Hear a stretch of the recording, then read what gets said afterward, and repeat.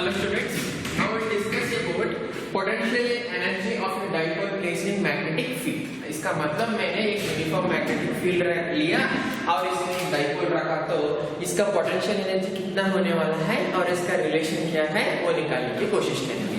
तो last lecture में हमने ऑलरेडी देखा, मैंने एक magnetic dipole like bar magnet लेके यूनिफॉर्म मैग्नेटिक फील्ड बी बार में रखा तो क्या होने वाला है, it will start experiencing a torque which can be given by tau is nothing but mp sin theta. m is nothing but magnetic dipole moment, b is nothing but magnetic field और theta is the angle between m bar and b bar. Okay, अब That means ये torque इसको इस position में लेके आने की कोशिश करते हैं। अब मैं क्या करता हूँ, इसको इस डायरेक्शन में, तो ये टॉर्क इस पोजीशन में लेके आने की कोशिश कर रहे हैं, मैं इसको ऐसा मूव करने की कोशिश कर रहा हूँ। तो the work done in moving it opposite to the direction of torque is stored in the form of potential. तो इस डायरेक्शन में वो मूव होने की कोशिश कर रहा है, मैं इस डायरेक्शन में इसको मूव करने की कोशिश कर रहा हूँ, तो जो भी वर्क मैं कर रहा हूँ opposite to torque, so that is being stored in the form of potential energy.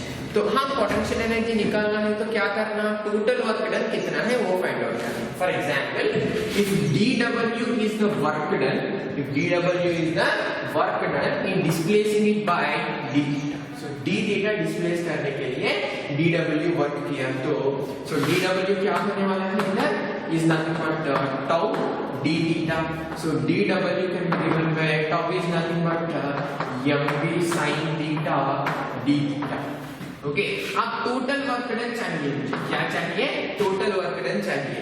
सो मैंने टोटल वर्क डन चाहिए तो क्या करना है, इसको इंटीग्रेट करना। तो किधर से किधर डिस्प्लेस कर रहा हूँ, इनिशियल एंगल थीटा 1 से फाइनल एंगल थीटा 2, थीटा 1 से थीटा 2 तक डिस्प्लेस कर रहा हूं। So integral theta 1 to theta 2 dW which can be given as integral theta 1 to theta 2 mv sin theta d। अब मैं क्या करता हूं, mv बाहर निकालता हूं, this total work done W is nothing but mv integral sin theta d theta, this is from theta 1 to theta. तो integral sin theta क्या है, minus cos theta, so this will be minus mv cos theta और इसका limits क्या है, theta 1 to theta. Now I will write this as W is nothing but minus mv cos theta 2 upper limit minus lower limit which is cos theta, so minus mv cos theta 2 minus cos theta 1. Okay, so this is the equation for the work done which can be given as the potential energy. The potential energy U can be given as total potential energy is nothing but the total work done, which is U is nothing but minus mv cos theta 2 minus cos theta. Okay, सो अब ध्यान से देखिए, अगर theta 90 degree है तो cos 90 कितना होने वाला है, 0 होने वाला है। इसका मतलब अगर m एंड b, अगर m और b perpendicular to each other है तो थीटा का वैल्यू 90 डिग्री हो जाते हैं और cos 90 का वैल्यू 0 होने वाला है। So if theta 1 is 90 degree, theta 1 is 90 degree, तो क्या होने वाला है, so cos 90 will be 0 और पोटेंशियल 0 होने वाला है। इसीलिए फॉर सिंपलिसिटी ये हम रेफरेंस कंसीडर करते हैं। सो थीटा 1 का वैल्यू 90 डिग्री लेता हूँ और थीटा 2 का वैल्यू थीटा लेता हूँ। क्या कर रहा हूँ, फॉर सिंपलिसिटी थीटा 1 का वैल्यू 90 डिग्री और थीटा 2 का वैल्यू थीटा ले रहा हूँ। तो potential energy U can be given as mv cos 90 2 का value is cos theta, cos 90 का value is nothing but 0, so U can be given as the total potential energy U can be given as minus mv cos theta। इसका मतलब अगर theta 1 से theta 2 displace किया तो potential energy क्या होते हैं, minus mv cos theta 2 minus cos theta 1 होने वाला है। नहीं है तो अगर मैंने initially 90 degree to theta displace किया तो क्या होने वाला है, U can be given as minus mv cos theta होने वाला है। फिर से देखिए, इधर potential energy of a dipole placed in magnetic field कैसे दे सकते हैं, magnetic field So torque can be given as mv sin theta. So torque ऐसा एक्ट हो रहा है इस डायरेक्शन में, तो इस ऐसा मूव होने की कोशिश करेगा डाइपोल, तो इधर डाइपोल ऐसा मूव करने की कोशिश कर रहा है, तो मैंने क्या किया, इसके ऑपोजिट डायरेक्शन में कुछ वर्क किया, तो that work done is stored in the form of potential energy. तो total work done is nothing but total potential energy.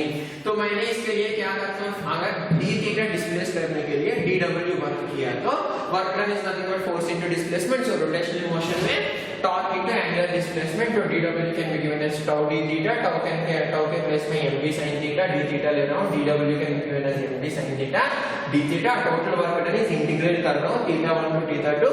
So integral theta 1 to theta 2 mv sin theta d theta. So integration के results निकालने के बाद कितना आया मुझे, u is nothing but minus mv cos theta 2 minus cos theta 1. So theta 1 integrate से तो theta 2 क्या होते हैं, theta. So अब u can be given as minus mv cos theta. This is the relation. अब पोटेंशियल एनर्जी के relation से, potential energy के वैल्यू से स्टेबल अनस्टेबल इक्विलिब्रियम को निकालते हैं, तो इसमें से थीटा का वैल्यू के वजह से पोटेंशियल एनर्जी कैसे चेंज होती है वो देखने की कोशिश करें. So u can be given as mv cos theta.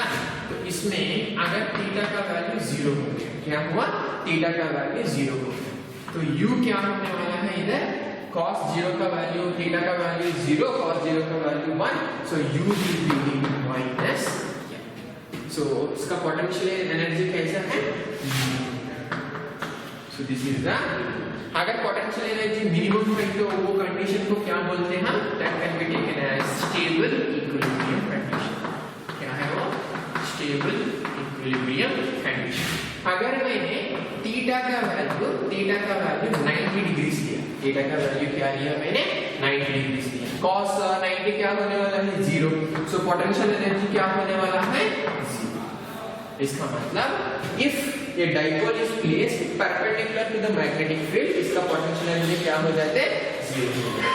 अगर मैंने थीटा का वैल्यू 180 डिग्री लिया, कितने लिया, 180 डिग्री लिया, तो cos 180 का वैल्यू कितने होते हैं, -1 होने वाला है, तो minus into minus into plus. So maximum potential energy का वैल्यू कितने होने वाला है, m इंटू p. तो मैक्सिमम पोटेंशियल एनर्जी कंडीशन को हम क्या बोलने वाला है, unstable. That means if a dipole is placed parallel to the magnetic field, it will be in a stable equilibrium and its potential energy will be minimum. And dipole is placed perpendicular to the magnetic field, इसका potential energy will be 0. And dipole is placed anti-parallel to the magnetic field, it is going to be have maximum potential energy. That means it will be in unstable equilibrium. This is about potential energy of a dipole placed in magnetic field. Thank you.